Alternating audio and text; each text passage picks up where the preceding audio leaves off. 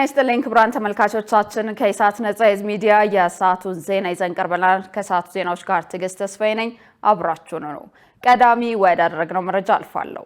ጠቅላይ ሚኒስትር አብይ አህመድ ከቡድን 20 ጉባኤ ጎን ለጎን በተካሄደው ኮምፓክት ዊዝ አፍሪካ CWA መርሃ ግብር ላይ ተካፈሉ። መርሃ ግብሩ ስራው የደረሰበትን ደረጃ በመገምገም የወደፊት ትልሙን መመልከት ላይ ያተኮረ ነበር። ጠቅላይ ሚኒስትሩ በወቅቱ ባደረጉት ንግግር የማክሮ ኢኮኖሚን የማረጋጋት ስራ፣ ገበያን ክፍት የማድረግ ተግባር፣ የቁጥጥር ማዕቀፍን የማጠናከር ስራዎች፣ የካፒታል ገበያ የማበረታታት እንቅስቃሴ የመሳሰሉት የኢትዮጵያን ወሳኝ የኢኮኖሚ ሪፎርም ተግባራት አንስተው የረጅም ጊዜ የግል ኢንቨስትመንት በመሳብ የኢትዮጵያን ተወዳዳሪነት ከፍ ለማድረግ እንዳስቻሉ አውስተዋል። መርሃ ግብሩ ኮምፓክት ዊዝ አፍሪካ የአፍሪካን ብሎም የሰፊውን ዓለም የጋራ ብልጽግና በማሳደግ ረገድ ከፍ ያለ ራዕይ ሊይዝ እንደሚገባ ጥሪ በማስተላለፍ ተጠናቋል ሲል የዘገበው ጋዜጣ ፕላስ ነው።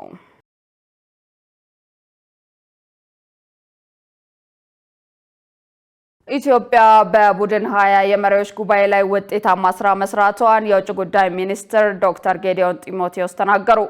የውጭ ጉዳይ ሚኒስትሩ በቡድን 20 የመሪዎች ጉባኤ ላይ የኢትዮጵያን ተሳትፎ በተመለከተ ማብራሪያ የሰጡ ሲሆን ለመጀመሪያ ጊዜ በአፍሪካ ምድር በተካሄደው የቡድን 20 የመሪዎች ጉባኤ ላይ ኢትዮጵያ ተጋባዥ ሆና መቅረቧ ፋይዳው ትልቅ መሆኑን ተናግሯል። በዚህም የአፍሪካን ድምጽ በማሰማትና የአፍሪካን አጀንዳ ከፍ በማድረግ ውጤታማ ስራ አከናውናለች ብለዋል። የኢትዮጵያ ተሳትፎ የራሷንና የአፍሪካን አጀንዳዎች ከማቅረብ ባለፈ በጉባኤው ላይ ከሚሳተፉ መሪዎች ጋር የሁለትዮሽ ውይይቶች ለማድረግ እድል የፈጠረላት መሆኑን ተናግረዋል። እንደዚህ አይነት መድረክ በአንድ ጊዜ በርካታ ስራ የሚሰራበት በመሆኑ ኢትዮጵያ ይህን እድል በትክክል መጠቀሟን ሚኒስትሩ ገልጸዋል። ኢትዮጵያ በዓለም አቀፍ ደረጃ ያለው የኢኮኖሚ ስርዓት አሳታፊና አካታች እንዲሆን ለዚህ ደግሞ በአፍሪካ ውስጥ ትልቅ አቅም እንዳላት የራሷን ምሳሌ አንስታ ለጉባኤ ማቅረቧ ዶክተር ጌዲዮን አስረድተዋል። እንደ ፋይናንስ ስርዓት ባሉ ዓለም አቀፍ ተቋማት የአፍሪካ ሚና ከፍ ማድረግ በሚቻልበት መንገድ ላይ ትኩረት ተደርጎ መሰራት እንዳለበት ጥሪ መቅረቡንም ገልጸዋል። ኢትዮጵያ በአየር ንብረት ለውጥ ላይ እየሰራች ያለችውን ስራ ለጉባኤው ማቅረቧን የጠቀሱት ሚኒስትሩ ዓለም እንደዚህ አይነቱን አፍሪካዊ መፍትሄ እንዲደግፍ ጥሪ ማቅረቧንም ተናግረዋል። ሌላው ኢትዮጵያ በጉባኤው ላይ ያነሳችው ጉዳይ ዕዳ የማቃለል ጉዳይ እንደሆነ ጠቁመው በርካታ የአፍሪካ ሀገራት ለዕዳ ክፍያ የሚያወጡት ወጪ ለእድገት መሰረተ ልማት ከሚያወጡት እየበለጠ በመሆኑ ጉዳዩ በትኩረት እንዲታይ መጠየቁን ገልጸዋል። ዘገባው የኢቢሲ ነው።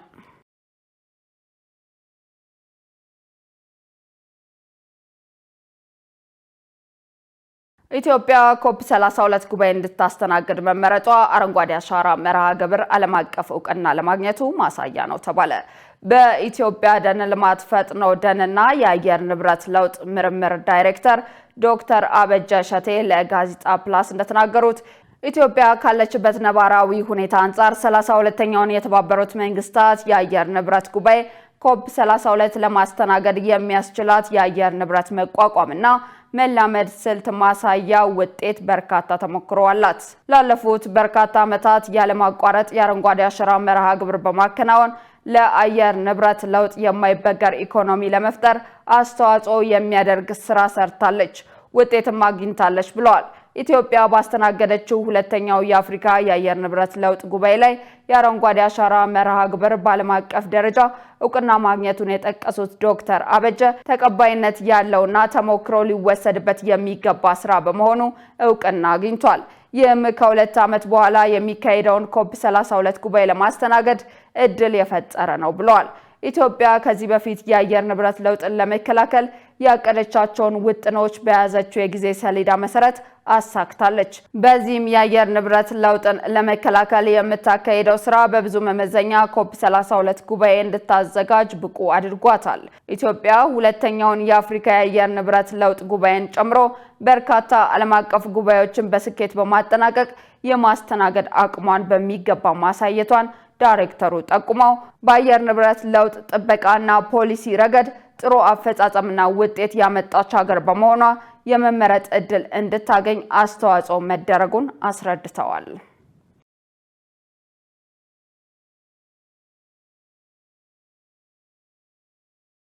የኃይል አማራጭን መጠቀም ለዘላቂ ሰላም እንቅፋት መሆኑን መገንዘብ ይገባል ሲሉ በትግራይ ክልል የሚንቀሳቀሱ የፖለቲካ ፓርቲዎች ገለጹ። ፓርቲዎቹ ተቀራርቦ መነጋገር የውስጥን ሰላም ለማስጠበቅ ያግዛል ብለዋል። የዚህን ዜና ዝርዝር ሰላማዊት ሙሉጌታ እንደሚከተለው ታቀርበዋለች።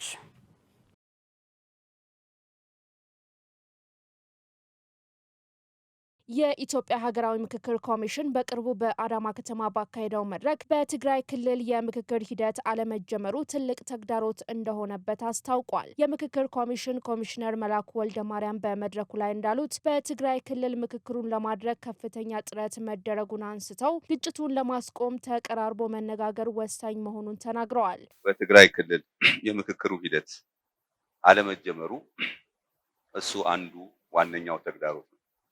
በተደጋጋሚ ሲገለጽ እንደነበረው ይሄ የኢትዮጵያ ሀገራዊ ምክክር ሁሉን አካታች የምክክር ሂደት መሆን እንዳለበት በግልጽ ኮሚሽኑን ባቋቋመው አዋጅ ተደንግጓል። የትኛውም አካል መሳተፉ ለሀገራዊ ምክክሩ ውጤታማነት ወሳኝ ነው፣ ምንም ጥያቄ የለውም። ስለዚህ የትግራይ ክልል ህዝብ በዚህ ሂደት መሳተፍ ይኖርበታል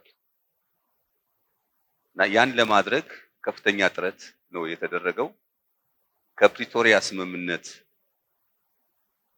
ጀምሮ ማለት ነው። ከዛን ጊዜ ጀምሮ የኢትዮጵያ ሀገራዊ ምክክር ኮሚሽን በተለያዩ ጊዜያት መቀሌ ድረስ በመሄድ የሚመለከታቸውን አካላት አነጋግሯል። እዚህም ሰዎችን አመራሮቹን ጋብዞ በዚሁ ዙሪያ አነጋግሯል እና በጣም ከፍተኛ ጥረት ሲያደርግ ነበር የቆየው። ግጭቶች መቆም አለባቸው የሚሉ ግጭቶች መቆም አለባቸው የኛም አቋም ነው፣ ምንም ጥያቄ የለውም። ግን እንዴት ነው የሚቆሙት፣ በምን አይነት ሁኔታ ነው የሚቆሙት የሚለው ነገር ግን መነጋገር ይጠይቃል። የሚመለከታቸው አካላት በግጭት ውስጥ የሚገኙ አካላት ሁሉ ተቀራርበው መነጋገር አለባቸው ነው በእኛ በኩል ያለው አቋም። በትግራይ ክልል የሚደረገው የምክክር ሂደት ከጥረት ባለፈ ወደ ተግባር እንዲገባ በፓርቲዎች በኩል እየተከናወኑ ያሉ ተግባራትን በተመለከተ የትግራይ ዲሞክራሲያዊ ፓርቲና ትንሳኤ ሰባ እንደርታ ፓርቲዎችን አነጋግረዋል። የትንሳኤ ሰባ እንደርታ ፓርቲ ሊቀመንበር ከበደ አሰፋ በሰጡት ምላሽ ችግሩን በኃይል አማራጭ ለመፍታት የሚደረግ ሂደት ውጤታማ የማያደርግ በመሆኑ በምክክሩ ውጤታማነት የማያምኑ ፓርቲዎችን ግፊት በማድረግ ወደ ሂደቱ እንዲገቡ የተለያዩ ተግባራት ናቸውን ተናግረዋል። እኛ በምክክር እናምናለን። ትግራይ በውስጧ መምከር መቻል አለባት። ምክንያቱም ኢትዮጵያ ለዘመናት በውጊያ ችግሮቿን በኃይል ለመፍታት ጥረት ስትሞክር የኖረች ሀገር ነች። ግን በዛ መንገድ ደግሞ አሸናፊ የለም። የሆነ ቡድን ያምጻል እና ደግሞ በኃይል መንግስት ገልብጦ ስልጣን ይዛል።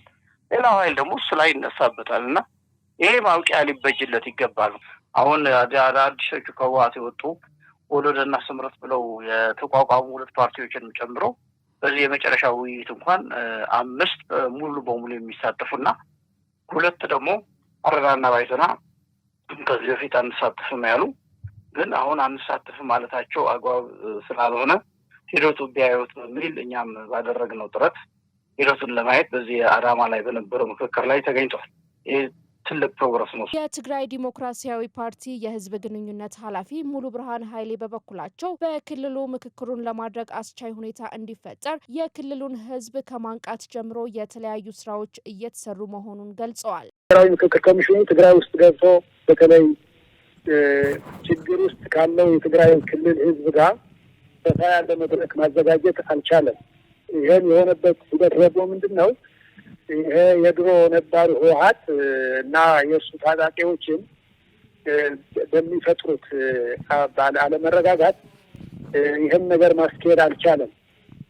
ስለዚህ እኛ እንደ ፓርቲ ትግራይ ውስጥ ይሄ አስቻይ ሁኔታ እንዲፈጠር በተለይ ህዝባችን ከማንቃትና በዚህ ዙሪያ ላይ እጃሙ እንዲያበረክት ከማድረግ አንጻር ሰፋፊ እንቅስቃሴዎች እያደረግን ያለ ነው። የታላቁ ሩጫ በኢትዮጵያ ውድድር ተተኪዎች የሚፈሩበት እንዲሆን አበክሮ ይሰራል ተባለ።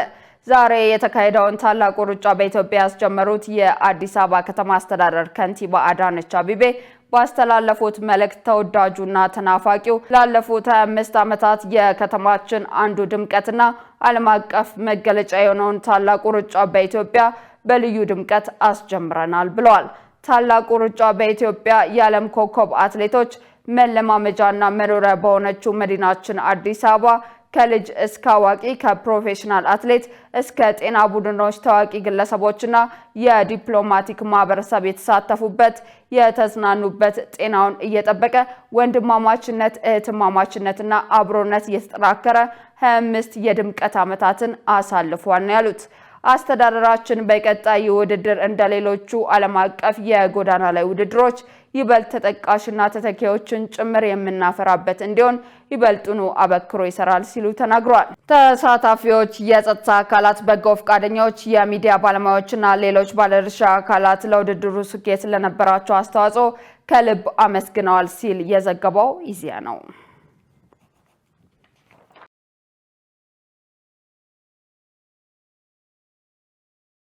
ክቡራን ተመልካቾቻችን ከኢሳት ነጻ የህዝብ ሚዲያ ዜናዎቻችን አሁንም እንደቀጠሉ ናቸው። በቀጣይነት ወደ ውጭ ዘገባዎች አመራለሁ።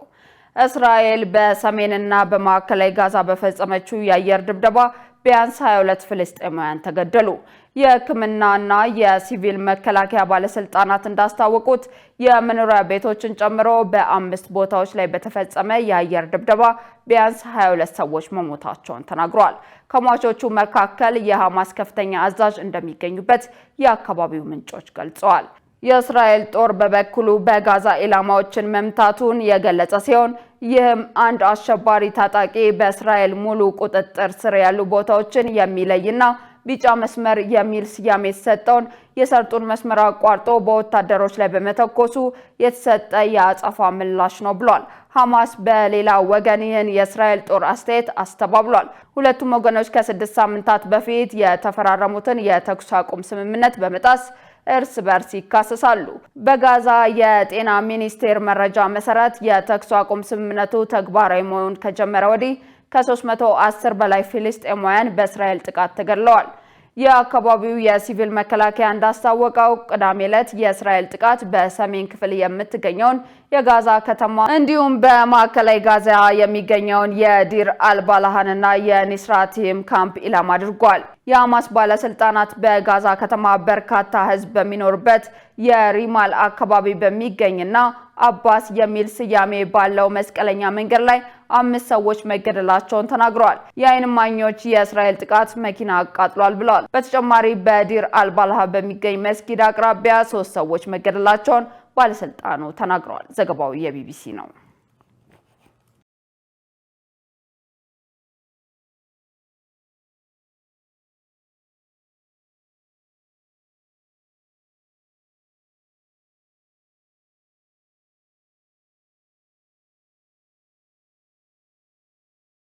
ፕሬዚዳንት ዶናልድ ትራምፕ የሩሲያ ዩክሬን ጦርነትን ለማስቆም ባቀረቡት እቅድ ላይ የዩክሬንና አጋሮቿ ስጋታቸውን ከገለጹ በኋላ የአሜሪካ እቅድ ሊቀየር ይችላል ተብሏል።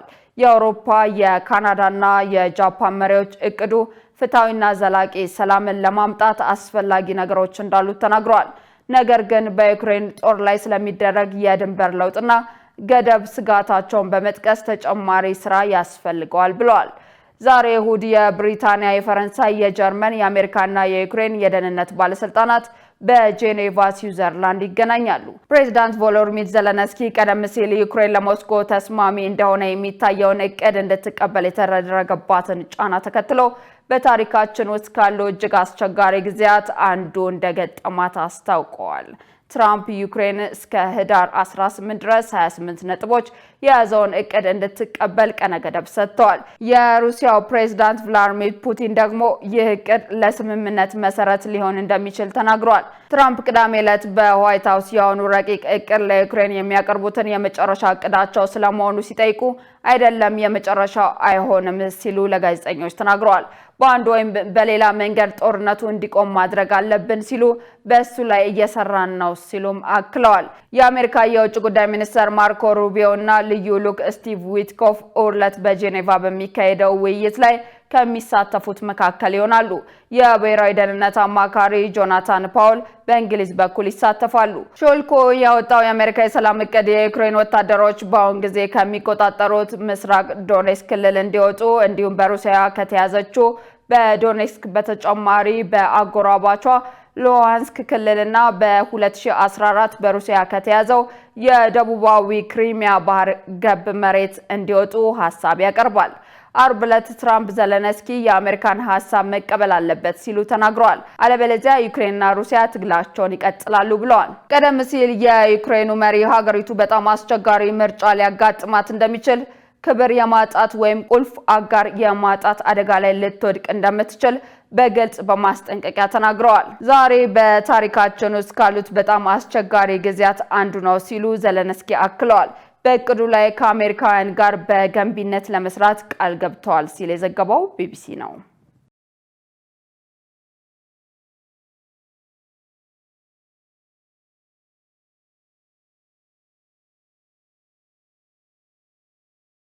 ክቡራን ተመልካቾቻችን ከኢሳት ነጻ የህዝብ ሚዲያ ለሰዓቱ ያዝናቸው ዘገባዎች ይህንን ይመስሉ ነበር። ዜናዎቹን የመራው ትዕግስት ተስፋዬ አብሬያችሁ ቆየው። መልካም ጊዜ